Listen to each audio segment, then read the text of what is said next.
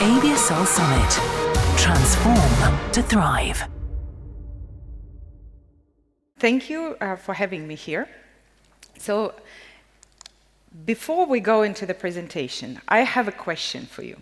How many of you in the room actually work in the field in that you actually studied for? So if we can have a Mentimeter, and you can scan the code, and you'll have a few 30, 45 seconds to reply.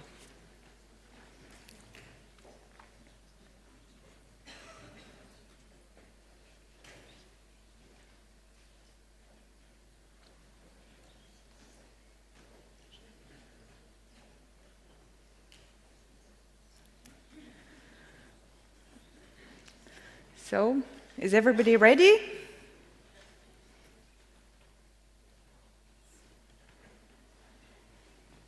Yeah. Should we look at the results?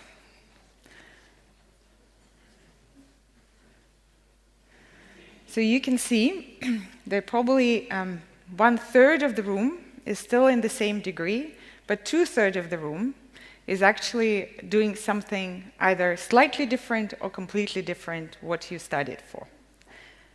So if we go back to the presentation, I want to start with the, I think, obvious statement that HR leaders are asked to do more with less every year. But one of the big topics that they have been working on and trying to crack the code is the internal mobility. And I can tell you that we did not crack the code. Internal mobility stays around 25%, or stayed around 25% for as long as we start measuring it. So probably about 10 years. So when we think about the internal mobility, we think about our people and how we look at our people. And we are so used to measuring people and performance only through the lens of education or their experience. And for years, this is how we have been managing our employees, and we have been managing them in 2 tracks. So it's either managerial track or a technical or subject matter expert track. And if you think about kind of what has changed, the job market has changed, and actually the job titles as such became more or less meaningless, right? You cannot really say what the person do just by listening to their job title. So what we have done probably about 5 years ago, we shift to the skill-based mobility. So we said, we are going to look what skills our people have, and we are going to manage these people based on their skills. So guess what?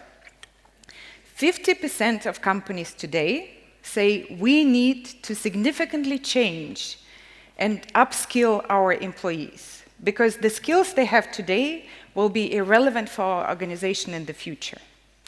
At the same time, 78% of the organizations actually doesn't even know what skills their people have, or don't have a track for their people and how to develop those skills.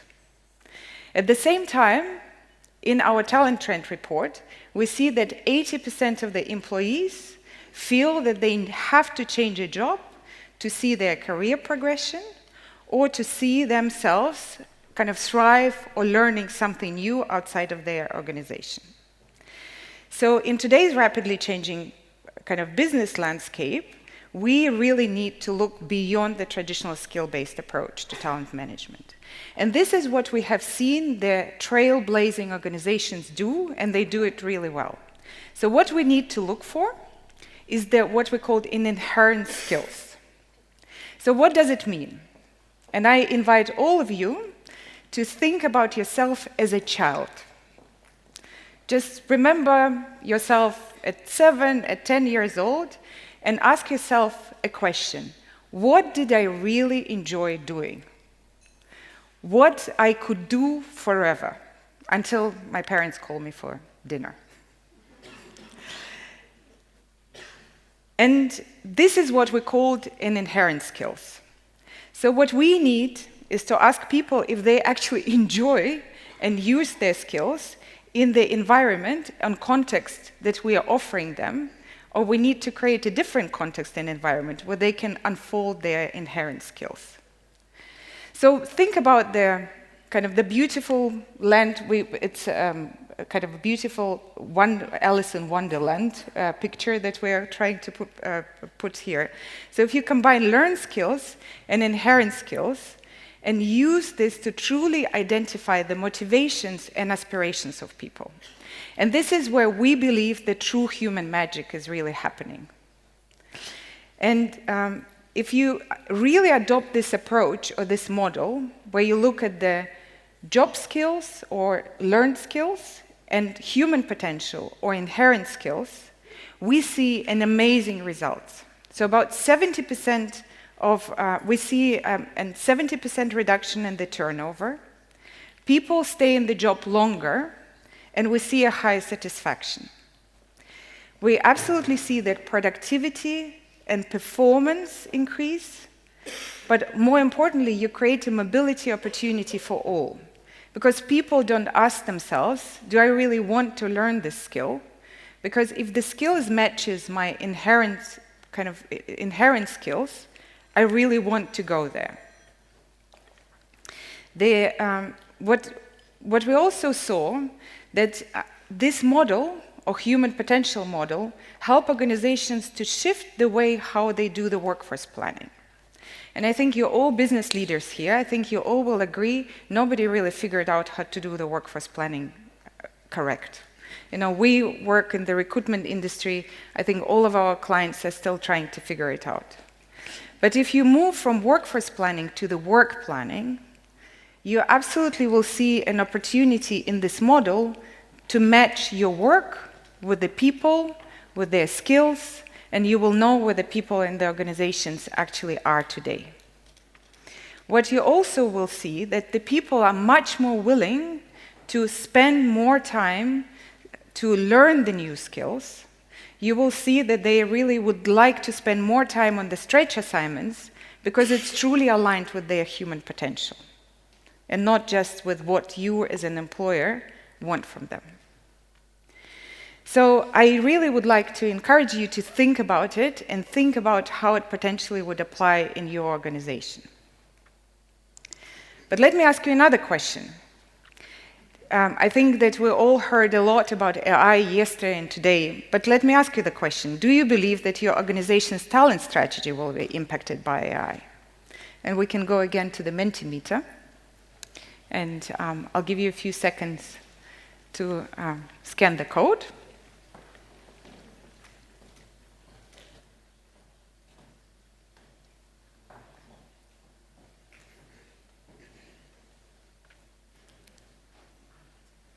I hope you're all ready.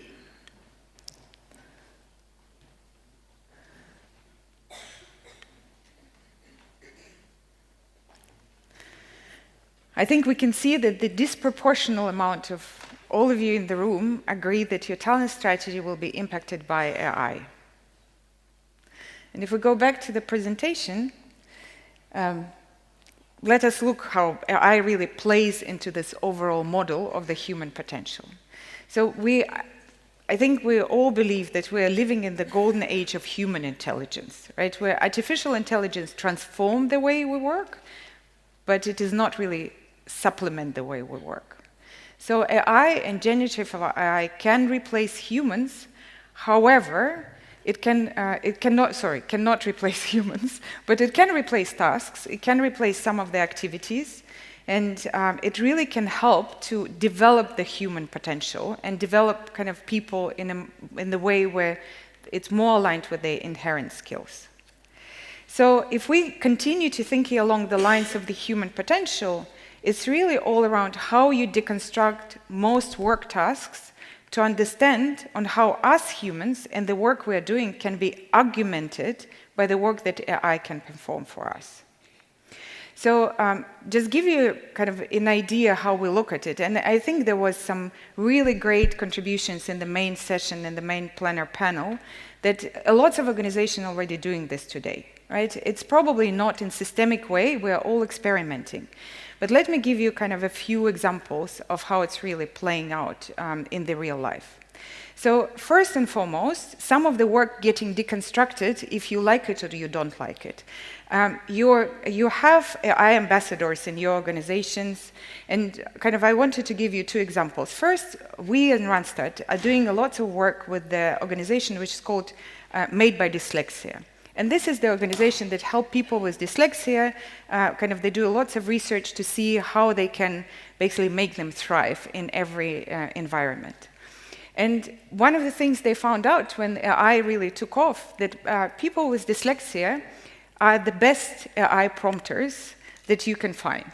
Right? So the people that maybe not necessarily were as successful in their job became extremely needed for the skills that they have as an inherent skills, because this is who they are and how they have been born. So I'm sure you have these people who are really thriving in this AI-enabled environment. Another example I wanted to give you, my daughter is doing an internship in Beiersdorf in the marketing department, and she has been hired to organize their data on the certain products. They knew, based on their experience, that it takes about 6 months to organize this data. She and her friend came in there and they said, maybe there is an AI or machine learning that we can apply for this data. And they completed this project in 3 weeks. The marketing department of Beiersdorf look at them and say, we will never work in the same way again. And I think this is happening naturally. You don't need to do anything. It will happen to you. But another thing is systematic way of deconstructing the work. And this is what we do in Randstad Enterprise, for example, as well.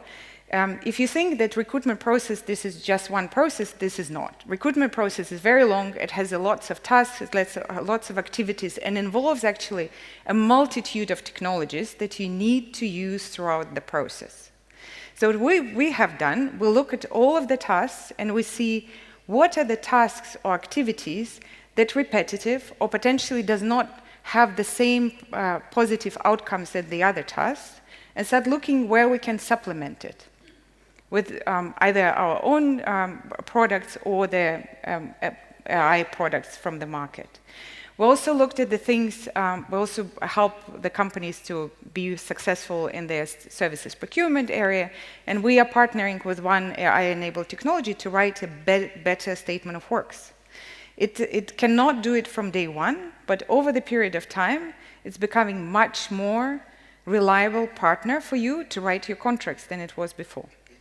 So all of this will happen one way or the other. It's important that you think about it, it's important that you plan for it, and important that you see it is really going to help you not just reduce the cost of labor or your total cost of ownership, but it will help you to really get the best out of your people.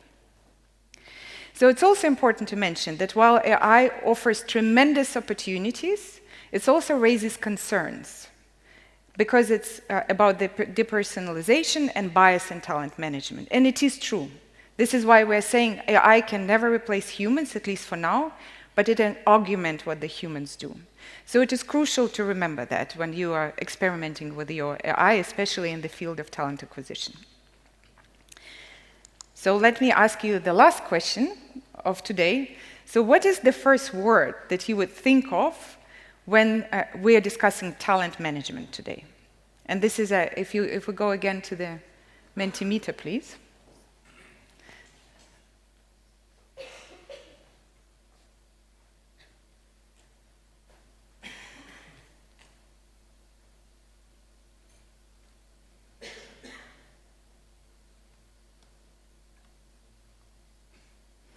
Okay, is everybody ready? Maybe we can start seeing the results.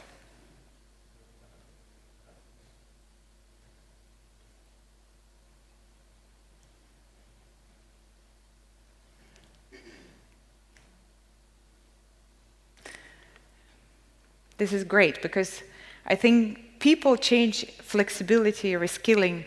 I had an interview earlier today, and they said, what really is the skills of the future? And I think one of the skills of the future is agility and flexibility. You always need to be open. You need to not to be willing to continue learning. So I hope we can capture some of these results. But now you all say, Tatiana, this is all wonderful, but what do I do with the information that you shared with me? And so, first and foremost, I would say to embark on this journey, you need to ask yourself some fundamental questions. And this is kind of some of the companies we're partnering with, this is how they approach it. So first, ask yourself, what work has a disproportional impact on the value creation in your company? Because this is the work that will keep you and keep your competitive advantage and keep you in business. And then you need to think around this work, you need to think what are the inherent core skills that your people possess today, but also what skills are essential for individuals to excel in their roles. We always recommend start really small. Start with one team, start with one department, do this work. And then there are technologies like, for example, Gloat or Eightfold. They really support kind of enabling you to collect this information, to organize this information. And there are, I think, plenty of the assessment tools that you can use to understand your people's inherent skills. And once you merge this information together, you can create some possible passes within the organization and also using the information just to test it and see if you can create a better opportunities for your people, but also really increase your internal mobility. I know that most of the organizations today are looking to move from 25% to 40%. And it's maybe not maybe a magic number, but this is really needed for many companies to really fight the skills shortage and the labor shortage. But to move from 25 to 40%, you do need to understand who are the people that are working with you and working for you, and not just the skills that they possess. So in conclusion, thank you for your time and attention today. I would really encourage you to download our talent trend reports. You will find the information that I was talking about today, but also much more insights on how to adapt to the changing world of work. And then let's embrace the human potential model and unlock the best in ourselves, but also in our people. Thank you very much.